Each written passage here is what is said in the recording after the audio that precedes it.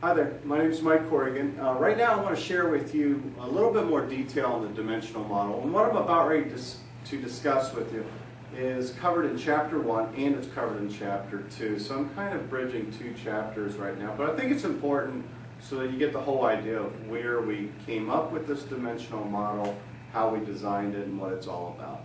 Okay?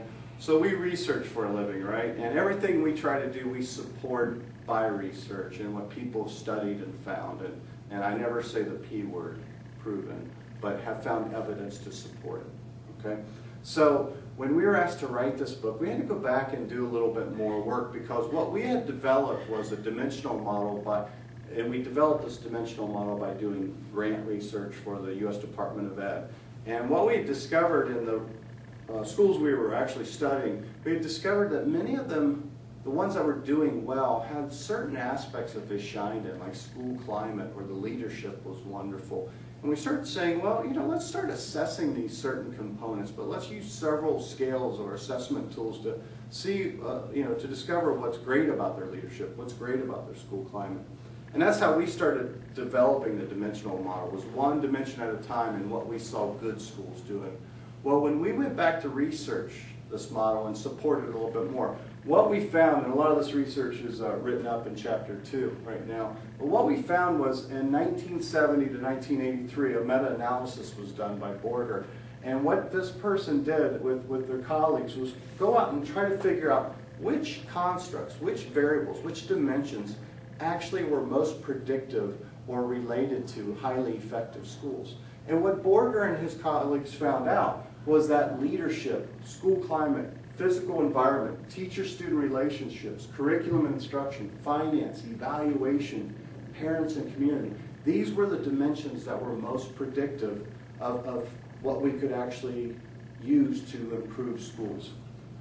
So we were a little surprised, right? Because we thought we'd found the holy grail of what constitutes a good school. What can we figure out to improve to actually make schools better? And suddenly we discovered, well, they came up with the same idea in 1970 when, bell-bottoms were in and disco was king, So it got ugly, right? And we were thinking, oh, man, we didn't discover the holy grail.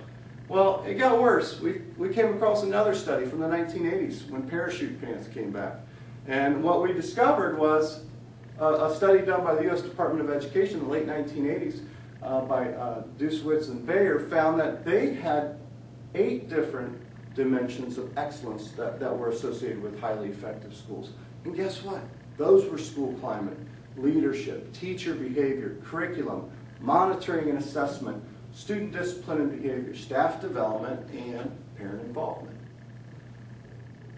Once again, it was kind of troubling to realize that some other folks had discovered this, but here we were starting to see that decade after decade, they were discovering the same things. These were kind of the secret components to why schools do good.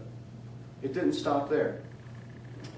In the 1990s, our friend, not our friend, but someone we respect, Robert Marzano, started doing a lot of research and publishing his 11 factors. And what we find in Marzano's 11 factors were guaranteed and viable curriculum, challenging goals and effective feedback. So we're looking at curriculum expectations here.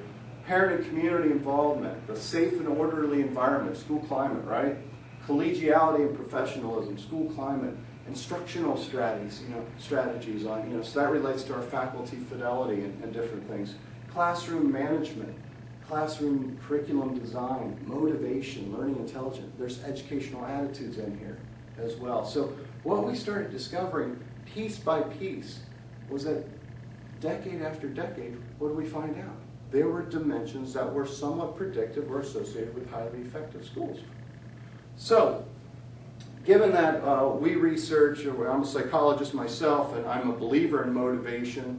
I was trained by Dr. Skinner's daughter, Julie Vargas, Dr. Julie Vargas. So I learned a lot about motivation. To me, motivation is the key. The attitude I hold as a learner is going to have a great impact. However, the teacher can help with that motivation, right? So there was a lot of other research we brought in. We'd studied community, and we'd studied leadership, and we'd studied school climate, field written books on school climate. Both of Phil and Doug have been principals, assistant principals, different administrative positions in the district. And what we wanted to look at were these 7 dimensions that we developed assessment tools for. And the dimensional model you'll read about and learn more about in the book consists of 7 dimensions. Community engagement. It is so important. One of the biggest secrets to any school being successful is getting their parents involved and their community more involved. And we're not talking about the PTA or the PTO raising money. We're talking about the teacher, the principal, the school, connecting with the parents and getting them more involved in that student's life. And we write a lot about that in this book that you'll be reading. Curriculum expectations. We don't really, when we go in and assess schools, we don't really go in and look at a curriculum. We're not as concerned about that. There's a lot of great curriculums. There are a lot of not so good curriculums. What we want to know is how the curriculum is being delivered, how it's being perceived, how it's being provided creatively, the support that's being given to make it successful. So curriculum expectations is one of our 7 dimensions. Developmental perspectives. We have studied character development and character education for a great number of organizations, and we believe character does matter. Because if kids aren't trying, if they are not believing in themselves, if the teachers are the worst model or example of character, good things are not going to happen. So what we want to do is go into schools and see, what are these success traits of kids? What is their level of misconduct? Looking at their compassion for others. We want to see the character of the building. Educational attitudes that I was discussing. We want to see their motivation to learn. Do they believe in their ability to learn? That academic empowerment. What's their student work ethic? There's so many things that can be assessed within educational attitudes, and they have a huge prediction, a correlation to effective, highly effective, and successful schools.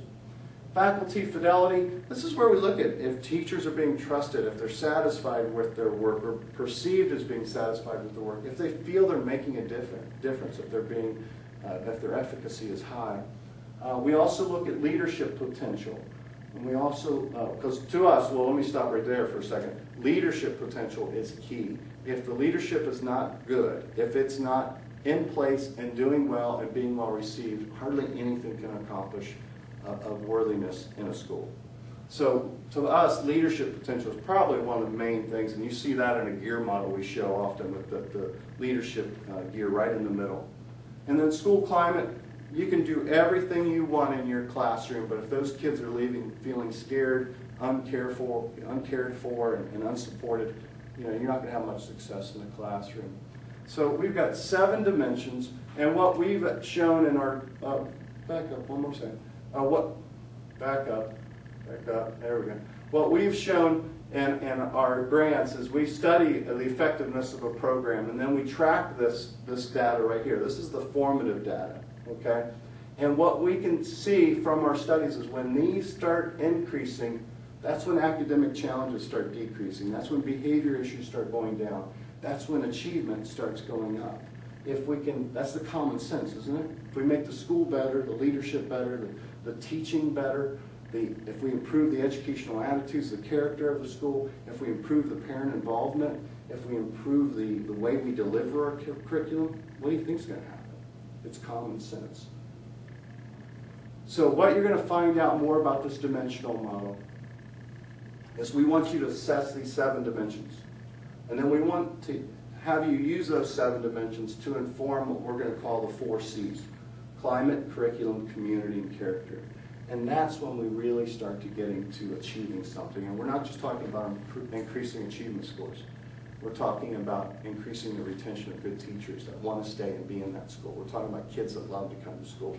We're talking about everybody actually having a good time and a good career. So this is the dimensional model we're going to share with you. And I hope this explains it a little bit more. But if you got the book, just read it real quick. Talk to you soon.